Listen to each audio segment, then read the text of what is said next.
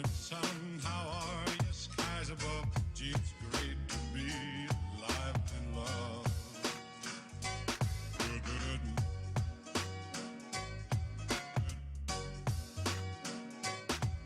good morning, sun. Good, good, good morning. Good, good morning. Good morning, sun. How are you? Skies above. Gee, it's great to be alive and love. And good morning. Hope you are having a very good day and enjoying some coffee, depending on what time it is. So, a lot of stuff has happened in October, so I thought I would try to recap the stuff I learned related to Business Central and some interesting issues I encountered. So, with that, let me jump into it. So, if you follow me on Twitter, you may know that I got a new laptop. I had a Lenovo X1 Carbon, whatever generation, fifth generation, I don't recall. It's 3.5 years old. And it was never really capable of doing anything like Docker or, live streaming, for instance. So it's a lightweight, ultra portable, just basic productivity laptop. And for that, it was fine. But only had 8 gigs of RAM. It just couldn't handle the heavy duty tasks of something like Docker. So I never developed on it, but I now have a new laptop. It's a ThinkPad P1, I think is what they call it. And it's like a monster workstation laptop. It's still relatively thin, but it's heavier, larger screen, larger batteries, i9, stuff like that. So I had been setting it up the last couple weeks, and then I went on vacation. Said, great, I'll take the new laptop. I'll use it for BC containers, BC Docker type development, and I'll give it a try. Well, when you use it for the first time, you start to realize the quirks. And it's not really the laptop. It was more BC development remotely on a laptop. And I hadn't done that before. So that was interesting. So when I was in Utah, as you can see in these these photos, and I had to sneak out in the mornings because I get up early. So here it is, it's still dark, 6:30, 7 o'clock in the morning, and I'm trying to do some BC development there while on a call with a team member in another country. So when I was doing that, I learned some interesting things, and I don't think I would have ever encountered them if I was not remote, working on a laptop, and trying to do BC development in that manner. So the first thing I ran into, which was, I'd used the laptop, I tested it, BC containers work just fine. Yet when I'm trying to use it remotely, I'm sitting there and I can't connect. So this Dev 17 container I've set up, I've pulled up, I've worked with, I've published apps to it. I couldn't reach it with a browser. I couldn't ping it. Like, what is going on? So I was just stumped, like, create a new container, stop and restart Docker, reboot the laptop. I didn't know what was going on. And then it dawned on me, when I was working remotely, I was checking something else, and I was connected to my VPN. So I had my SonicWall NetExtender client open and connected to my office network. And I realized when I disconnected it, I was able to connect to my Docker containers locally. So I learned that my particular VPN client blocks access to my local Docker containers. That was like, you've got to be kidding me. So I must have wasted 10, 15 minutes just like puzzled, wondering what's going on. So that was something that I hadn't encountered before because I've been working with a desktop machine, a server in my office. I can VPN in my office, connect to that just fine, and still on that machine connect to the local Docker containers. This only came up because I was using my laptop remotely and had my VPN client connected. And I don't have all traffic set to route through the VPN client, so I'm not sure exactly what the mechanics are of why this is blocking access to my local Docker containers. But if you like to develop on a laptop and you use a VPN, just a heads up, that was a fun time. And next up, again, while on my laptop, while remote, no VPN this time. This is my Docker container I was accessing, and it was working fine. And then I go to open up the web page to get to the Role Center page, and I see this message just says working on it, and it sits there. It sits there. It eventually loads this kind of half-rendered page, so it's kind of rendered visually, but there's no data there. And it just sits there, and you can see the little spinny icon right there. And this would take up to 4 minutes for the Role Center page to load. And I'm thinking, what is going on? Is my laptop broken? Is my laptop slow? And the retail price on these laptops is crazy. It's like $6,000 if you don't buy it on sale. It's like half price if you buy it on sale, but still, it's an i9. I'm thinking, is there something with the laptops that's slow? No. It has to do something with, we don't know yet, but it only occurred to me when I was remote on one of the, or a couple of the internet connections that I was using while traveling. And these are the same internet Wi-Fi routers in the condo where I was staying, where my entire family was connected doing online schooling. And so I don't know what the reason is, but when I come home, turn on the same laptop, either on Wi-Fi or hardwired with the Ethernet, it takes 2 seconds to load the Role Center page. So it is not my laptop. It is not Docker. It has something to do with something environmental like the internet connection, or let me move on. So here's some guesses. So I posted this on Twitter, and initially Freddie said he's seen the same or something similar, a delay in loading the Role Center page. He initially believed that it related to the Power BI report part. So on your Role Center page at the bottom under like Insight section, you can have Power BI reports displayed in page parts there. So that's one possibility. It's like, okay, I kind of get that Power BI part is connecting out to Microsoft's Power BI servers. It's got to do its thing, and that can cause a delay. I could see that for a couple seconds, right? But 4 minutes seemed kind of strange. And even when I hid all of the Insights page parts on my Role Center page, it was still kind of slow. It'd be like 12 to 16 to 20 plus seconds. So something else was going on. Well, then I realized when I got home, when I tried it, exact same container on my laptop, like I said, 2 seconds. 2 seconds, 4 minutes, no changes to the Role Center page. I didn't try to hide anything. So I don't think in my case it was Power BI. So I started to speculate, okay, maybe it's internet connection performance. So what I did is while at home, I disconnected the laptop from any internet connection. And there I was able to kind of correlate something. I got page load times in the 24 plus second range, 24 to 26 seconds. So if I disconnect my laptop from the internet completely, the Role Center page load goes from 2 seconds to 24 seconds. So that told me that what I thought was a self-contained local Business Central container is not. It's making outbound calls to the internet. And those outbound calls are failing, and it's taking 20 plus seconds for all those to time out. So I actually hired a network engineer that I've worked with before out of Ukraine. And I said, hey, can you take a look at this? And he's a longtime Docker user. So he spooled up the BC container helper, created some Windows Docker containers. And he noticed the same thing. He noticed the delays. He noticed the outbound traffic, internet requests.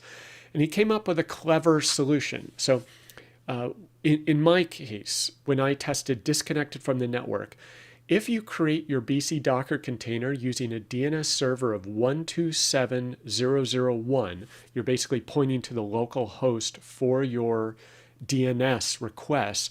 What'll happen, it'll use the local, I guess it's the network loopback connector or whatever that's called, and the DNS requests will fail very quickly. It's not actually trying to do an external DNS request. It'll go to the 127 local network host, and that DNS request will fail very promptly. And the 24-second load time with no network connectivity will go down to roughly 6 or 8 seconds. So if you are working locally on a laptop with a local BC container and you do not have internet access, you can give that a try. You can change the DNS to 127.0.0.1, or given how much time it takes to download and create the container, you can prepare that as as kind of your offline container. And so when you do that, those DNS requests will fail much quicker, and that'll save you some time. So that's an option if you know you're going to be completely offline, or if you're going to have poor internet connection or a bad DNS, something like that. So then Freddie replied, he did some more research, and he thought it was related to DNS. And that is entirely possible. I had all sorts of problems with the Wi-Fi connection and the router when I was working remotely. It didn't occur to me at the time to try a different DNS server. So I was probably using the ISP's DNS server. But he is thinking that changing the DNS server might improve performance. Now I need to test that in my case. I have an internal DNS server that I use, a Pi-hole DNS server. So it's local on my network. It's usually very fast and reliable. So what I was going to do is try some, remote DNS server, like something in Europe or Asia, where I'm going to have really long latency. It's some random hosted DNS server that might be slower. So I'm going to try that to see if that correlates with the performance I was seeing. But then he replied, I don't know if he replied on the right thread, but he thought that it could be multi-tenancy. And I'm not quite sure how that relates, because when I'm on my home network, my office network, the container is fine, perfectly fast, exact same one. When I'm remote, that same container is taking 2 to 4 minutes. So it's the same multi-tenancy. So I'm not sure how that would relate to my situation. And there may be 3 or 4 different situations where you may see slow performance on your local Docker container. Anyway, with that said, something is going on that sometimes for some people in some environments causes moderate to severely slow performance of the page loads in a BC Docker container. So just be aware of that. I'm open to any insights you may run into when testing with that. So, okay, next up, some stuff that I see on Twitter, learned on Twitter, thought I'd kind of recount what I saw during the month of October. There's a lot of stuff, so I'm going to try to run through it here. If you follow Kenny on Twitter, if you don't follow Kenny on Twitter, you should. And if you do, you'll know that he is responsible for the Business Central AppInsights telemetry, I guess, examples and queries. And so he tweets about the KQL, the Kusto query language queries that are used for AppInsights telemetry. So he was very busy in October, lots of new telemetry queries and signals, I guess they're called. So definitely check those out. And the link at the top there, aka.ms BC telemetry samples, that takes you to the GitHub repository where those are published. So definitely check those out. Implicit and explicit with, this is nothing new. It's been advertised for quite a while that this is going to be, I guess, deprecated, removed, not quite sure what the terminology is, but you want to stop using the implicit or explicit with, and you want to start doing, I guess it's explicit record references, or I'm not sure what the terminology is in AL yet, but you do rec dot something like that. So Andre. I'm sure I'm pronouncing that wrong. I'll just pretend it is Andre. He has updated the AZAL dev tools to automatically take care of the implicit and explicit widths. So if you are not yet using the AZAL dev tools, AL code outline extension in VS Code, there are a ton of features in that extension, one of which apparently is a new remove with usage from active editor and active project. So take a look at that if you are working on projects for, I think it's in BC 17 that those warnings are starting to pop up. Okay.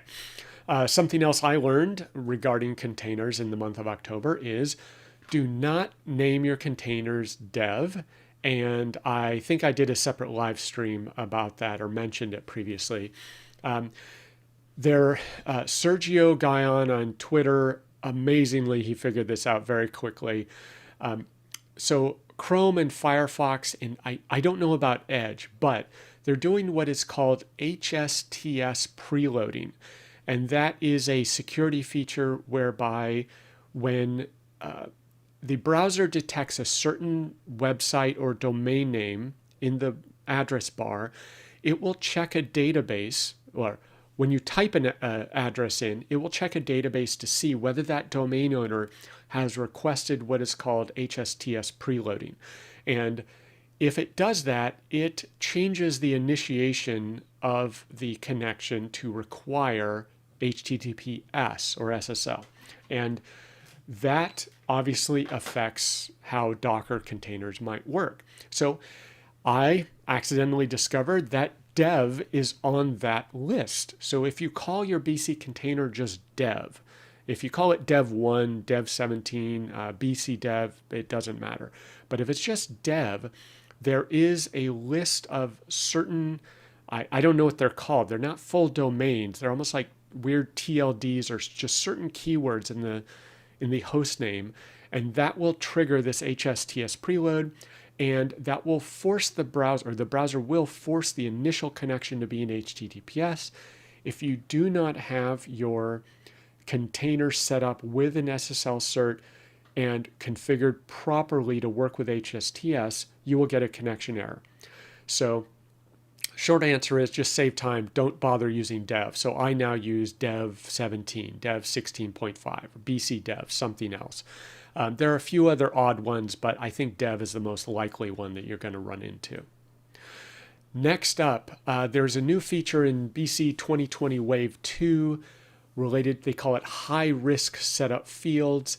And I don't know how useful this will be initially, but it warns you about, or it tracks and has changelog entries if you change certain setup information. And it just quickly mentions bank account numbers, company name, and addresses.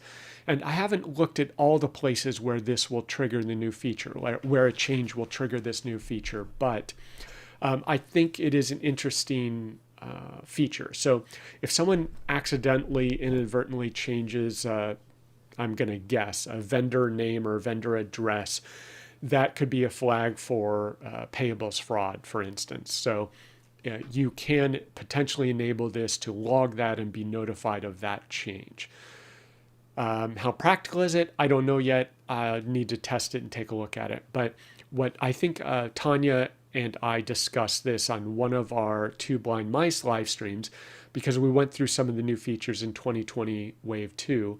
What I think would be interesting to see is have this not just for setup, but for specific records. So say I want to have certain customers and vendors or items or whatever just marked as sensitive records or high-risk records. And the example I gave is if you have provide medical services, you may have a prominent individual, a well-known individual, or someone who's public individual receive services through your medical clinic or medical testing service, and you want to flag those records as being high risk so that if anyone accesses those records, whether they're authorized or not, you have a detailed log of someone, say, accessing that person's medical records or transaction history. So that's what comes to mind when I think of this. But this doesn't go quite that far. This appears to just be more setup related. Anyway, interesting feature. Natalie, I'm thinking of her as the BC Docs librarian. She doesn't maintain the docs, but she has some very clever ways of searching, and she is somehow able to find these references in docs that blows my mind. So when a Twitter discussion goes on, she's like, oh yeah, here's where it's mentioned in docs. It's like, so she has this magical ability to do that. And she came up with a clever way to search BC Docs, and it is using the applies to tag. So if you're looking for new documentation of the new features for, say, 2020 Release Wave 2, you can search for applies to Business Central 2020 Release Wave 2 and later. And that will give you an article list showing some of those features. So very clever way of looking for documentation on the new features. So check out her, she did tinyurl.com/bc17docs, and those are case sensitive. So check that out if you want to see new feature documentation for BC17, aka 2020 Release Wave 2. Okay, and another thing that came up on Twitter, which I happened to come across a few weeks ago, is the word Pragma. Pragma? I don't know how to say it. So I took CS classes in college. I've been doing development for over 20 years. I had never heard the term Pragma. Apparently it's a thing. It's been around forever. And I think it's because in .NET and Visual Studio, it's called something different. We call them like pre-compiler directives or things like that. But Business Central is adopting the term Pragma or Pragma directives in AL, and they are compiler special instructions. So I would call them a pre-compiler directive or a compiler hint. Now we're calling them Pragmas here. And they're both called Pragmas and Pragma warnings, apparently. Those seem to be two different things. So just be aware of those. Those are starting to come up in conversation and documentation. And you can use them to disable, restore, enable. For instance, you can do Pragma implicit with, apparently, to turn that off during compilation. So be aware of that term. It was new to me, probably new to others, but it's going to be a thing. Partial records and JIT data loading. And so this is a new feature of 2020 Wave 2 where if there are, let's say you're pulling a record from a table and there are 20 fields that are being retrieved, but you're only displaying, say, 3 of those. Or let's say there's data retrieval with a main table and extension tables, or 3 or 4 tables. Apparently, Business Central now is smart enough to know whether those field values are being displayed on a page, and it will only selectively retrieve the minimum data set required to display the data on the page. So if you don't need the table extensions, you're only displaying, say, customer ID and customer name, it will just retrieve the base customer record and just enough to render the page. It will not attempt to retrieve the table extensions or ancillary or related tables that would normally be pulled on that page. So this, in theory, should improve performance. I'm hoping it covers table extensions and is smart enough to figure out that it does not need to load, say, 8 table extensions for that given table or page. So that's a cool new feature that should improve performance. Another performance-related announcement is the Performance Toolkit on AppSource. And I have not used this yet. I just saw Luke's understated tweet about this. And he didn't really mention what it was. He just, because it relates to automated testing, I presume, he caught that. Now, there is only one review currently, and it is from someone who tried it with a French tenant of BC, and he said it didn't work. So I haven't tried it yet on one of my BC demo SaaS tenants. But what it appears to do based on this screenshot is allows you to create a, I guess, a suite of test routines for performance. So create a PO with n lines where lines equals 10, create a sales order with n lines, create a sales quote with n lines, run a detailed trial balance, open the customer list, open customer chart of accounts. So it appears to be performing task automation or operation automation within Business Central. And I haven't checked to see if it's using the underlying test toolkit. That's my guess, to automate these processes, but it's basically running an automated list of tasks. And you have delays in there. You have potentially multiple, duration 120 minutes, user delay. I don't know if you can have multiple users to spawn multiple threads. Yes, number of sessions, 158. So it looks like it will kind of spawn multiple threads to perform those tests. So interesting. Now, I previously have seen some conversations where Microsoft did not want you, the Microsoft team did not want you to try to load test against a BC demo tenant or even a production tenant. So they said, hey, if you're going to throw 100,000 records or 1 million records at Business Central, please don't just do that randomly. Like, that may not be a valid test, especially if you're going against a sandbox or a demo tenant, because that's using different infrastructure. Like, let us know, like submit a support case and say, hey, we are ready to go live. We're about to migrate 1 million records, FYI. And if that is the case, they might be able to temporarily scale up your wherever your environment is located. Something to that effect is my understanding.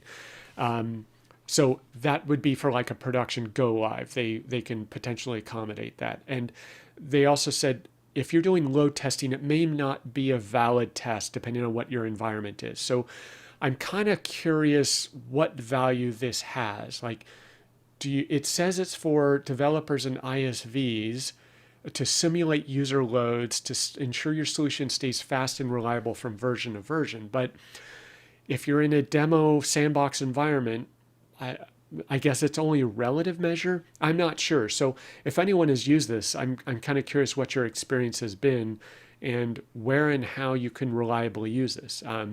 I don't know if this can be installed on a BC container. So lots of questions. It's new, so I think it's new. I've only learned of it recently. So if you have any feedback, let me know. And you've probably heard of the October 2020 Business Central launch event. And this is just, I haven't had a chance to look at the videos. I only watched the intro video. I haven't had time, but there are over 20 different recorded sessions along with live Q&A sessions that are going on even today. And so this is a couple weekends worth of video content. So in case you want to hang out on the couch, pop these up on a browser on your TV. Lots of very cool content. It's stuff I really want to know about, new features, how to implement certain things, best practices. So definitely check this out. And you can go to that AKA MS case sensitive link, MS Dying 365 BC launch event. And just one heads up, when I log in, it's kind of confusing how I find the session content. When it loads the page, it's not clear where I navigate to. It looks almost like blank. I don't know how to find the content. So I found that I click on sessions. It's like a microphone there.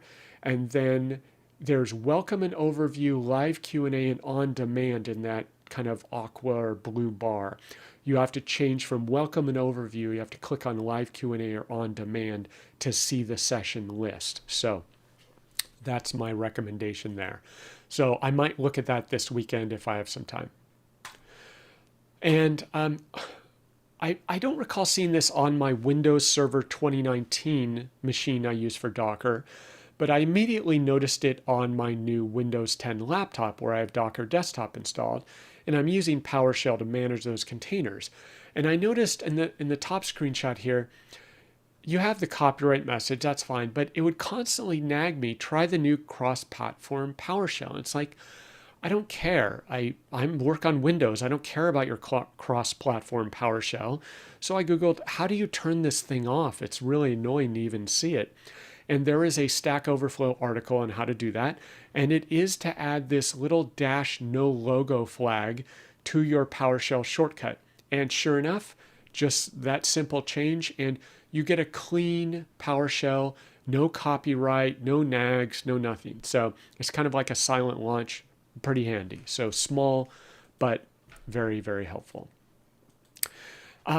If you don't follow Yoon Chu on Twitter, I'd recommend it. He posts some interesting stuff, and this one was one I hadn't heard of, and it took me a while to figure out why. And it is because this relates to working with a SaaS sandbox. So if you are, I typically just test against Docker containers on my local machine. So I don't believe this is applicable to those. But if you are working against a SaaS sandbox, SaaS environment, this is relevant. And it used to be, apparently there used to be a parameter in your launch.json called sandbox name. And that is being replaced with environmentType and environmentName. So check out his blog, in the link in red here, to read about that change if you plan on working with SaaS sandboxes or debugging against SaaS environment. Okay, next up. Luke is restarting the, I believe it's called Areopa Webinars. And he just published one with David Feldhoff, where David talks about how he developed a VS Code extension. So he has a very cool VS Code extension. So he shows you that process. And it's a little over my head because I've never done it. I need to watch this and see how it's done. I don't know that I have the time to figure out how to do that because it is my understanding is a moderately involved process. But if you've noticed, a lot of people, Waldo, and I mentioned the AZAL dev tools, and David, they have created these awesome Visual Studio Code extensions, VS Code extensions. And so he talks about how those are made. And I should probably know how to do that, but if you've seen my prior live streams, I mentioned that I am lazy. If I can avoid learning a new language or something I don't have to, my plate is already full. So I don't know if I'll ever get to this. But if you're interested in how to create a VS Code extension, check out this webinar. So pretty cool stuff. Oh, and if you haven't yet subscribed to the Areopa webinars, definitely subscribe to them on YouTube. Okay, so Business Central breaking changes.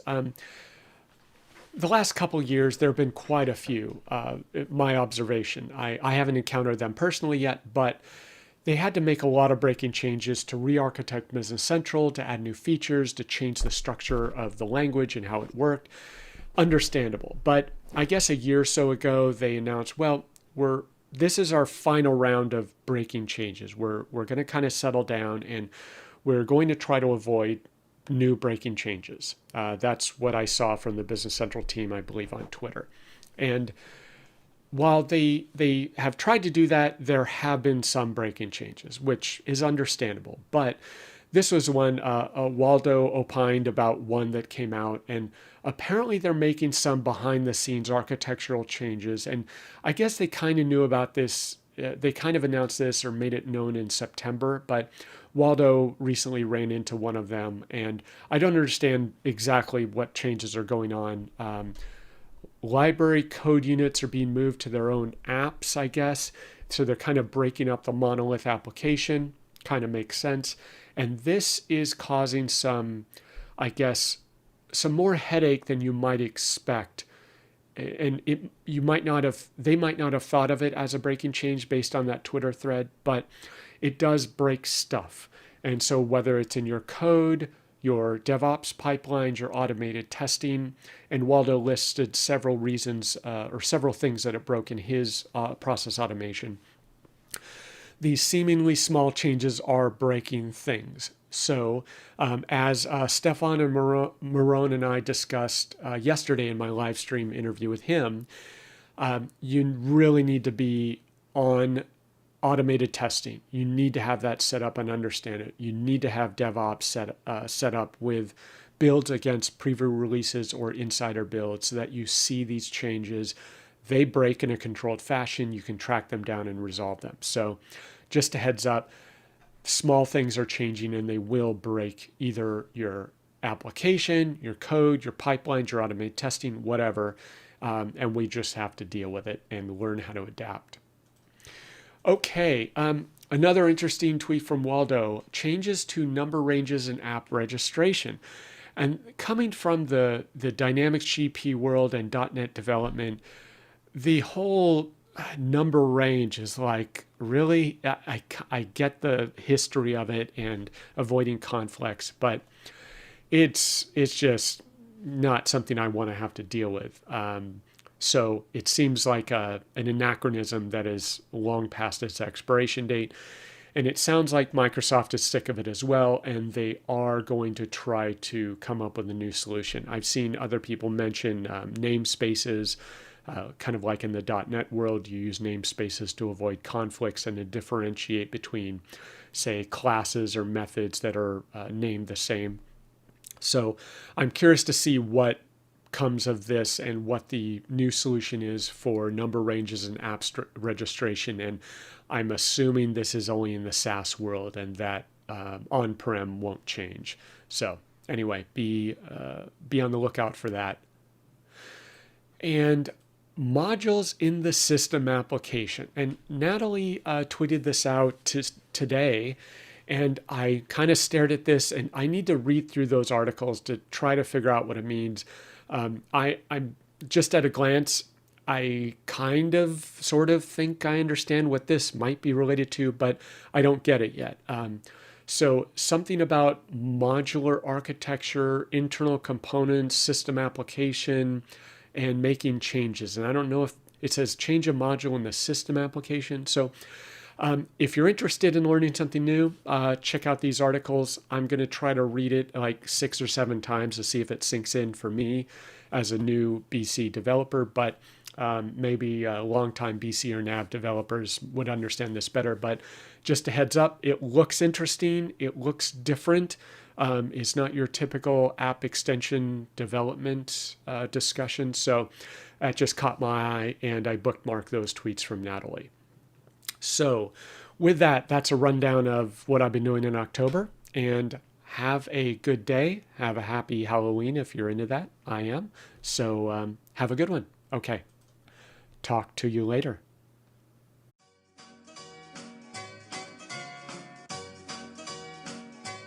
Good